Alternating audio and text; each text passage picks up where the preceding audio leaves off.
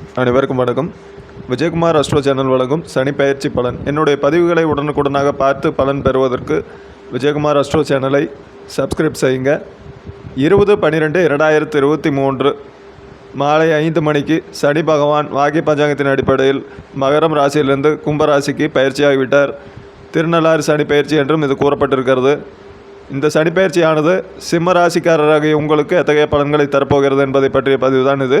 சிம்மராசி என்பர்களே, உங்களுடைய ராசிக்கு 6வது இடத்திலிருந்து 7வது இடத்துக்கு சனி பகவான் பயிற்சி ஆகியிருக்கிறார். இது கண்டக சனி என்று சொல்வார்கள். 7ல் இருக்கும்போது கண்டத்தை கொடுக்கும் என்று கூறக்கூடிய பொருள்தான் இது. சூரியனுக்கு சனி பகவான் எப்பவுமே பகை கிரகம்தான். ஆதலால் ஏதாவது ஒரு கண்டங்களை ஏற்படுத்தும் என்பதில் சிறிதும் சந்தேகமில்லை. பிரச்சனைகள் எழக்கூடும். கணவன் மனைவியிடையே பிரச்சனை, தொழிலில் பிரச்சனை, கூட்டாளிகளிடையே பிரச்சனை.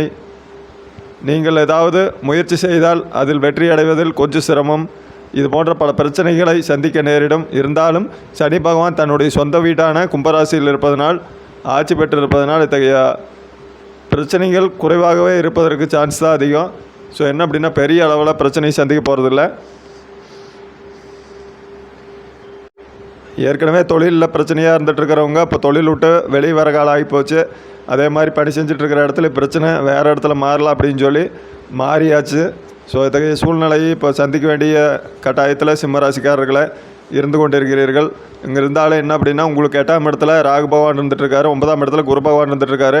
ஸோ இந்த 9ஆம் இடத்துல இருக்கிற குரு பகவான் உங்களுடைய ராசியை நோக்குகிறார். இது ஒரு பெரிய ப்ளஸ் பாயிண்ட்டு.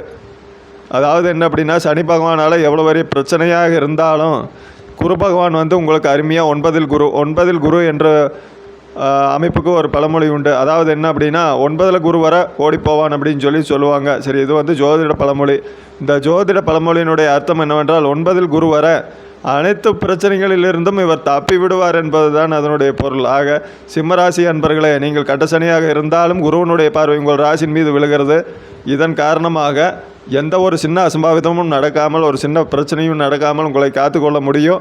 இதற்கு நீங்கள் என்ன செய்யணும் அப்படின்னு சொன்னால், சனிக்கிழமை சனி பகவானை போய் வழிபாடு செஞ்சுட்டு வாங்க. அதே போல் வியாழக்கிழமை நாள் குரு பகவானை போய் சிவ தட்சிணாமூர்த்தியை காலையில் 6 to 7 வழிபாடு செஞ்சுட்டு வாங்க. உங்களுக்கு எந்த விதமான ஆபத்து, விபத்து, தொழில் நஷ்டங்கள், ஏமாற்றங்கள் இது எல்லாமே தவிர்க்கப்படும்.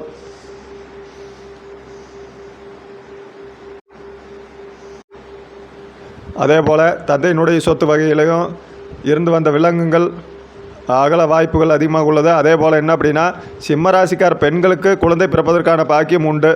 ஏனென்றால் சனி பகவானும் குரு பகவானும் நேருக்கு நேர் சந்திக்கிற முறையில், அதாவது என்ன அப்படின்னா, மேசராசியில் இருக்கிற குரு பகவானுக்கு கும்பராசியில் இருக்கிற சனி பகவானுடைய பார்வை 3ஆம் பார்வையாக இருக்கிறதாக இந்த இடத்துல என்ன அப்படின்னு சொன்னால், உங்களுக்கு தொழிலில் ஒரு பிரச்சனைகள் வந்தாலும் அது சால்வ் ஆயிரும் அப்படிங்கிறது ஒன்று.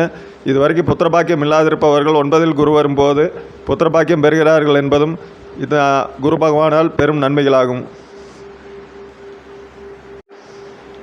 மேலும் 2வது இடத்தில் கேது பகவான் இருந்து கொண்டிருக்கிறார். இந்த 2ஆம் இடத்துல கேது பகவான் இருந்து கொண்டிருப்பது உங்களுடைய வாக்கு வன்மையை வலுப்படுத்தக்கூடியதாக இருக்கிறது. அதாவது என்ன அப்படின்னா, நீங்கள் சொன்னீங்க செஞ்சிட்டீங்க அப்படின்னு பெருமைப்படக்கூடிய அளவுக்கு இந்த கேது பகவான் உங்களுக்கு செஞ்சு கொடுப்பார். இருந்தாலும் என்ன அப்படின்னா, பணப்பிரச்சனையாக போது குடும்பத்தில் ஏற்படும்.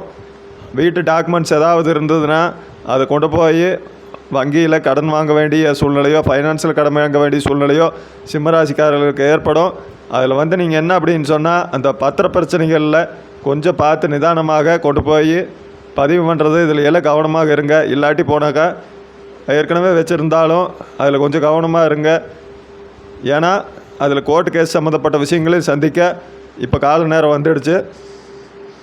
ஸோ என்ன அப்படின்னா, சிம்மராசிக்காரில் சொத்து விஷயத்தில் கொஞ்சம் கவனமாக இருங்க. இல்லாட்டி போனாக்கா அது பெரிய பிரச்சனைகளை கொண்டு போய் விட்டுரும். சனிக்கிழமை நாளில் ஒரு சிலர்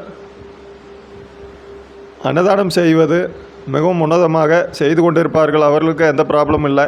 இது வரைக்கும் அன்னதானமே செஞ்சதில்லை அப்படின்னு நினைக்கக்கூடிய சிம்ம ராசிக்காரங்க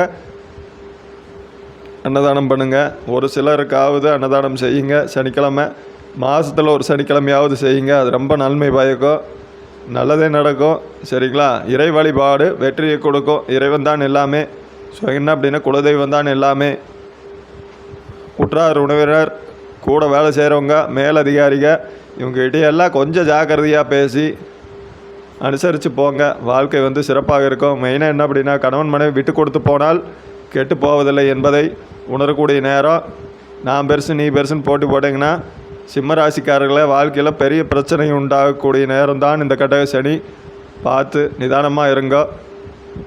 என்னிடம் ஜாதக பலன் கேட்க விருப்பம் உள்ளவர்கள் ஜாதக சம்மந்தப்பட்ட என்னவாக இருந்தாலும் சரி கேட்கலாம். என்னுடைய வாட்ஸ்அப் எண்ணை இதில் பதிவிட்டிருக்கிறேன், அதில் தொடர்பு கொள்ளலாம். நன்றி.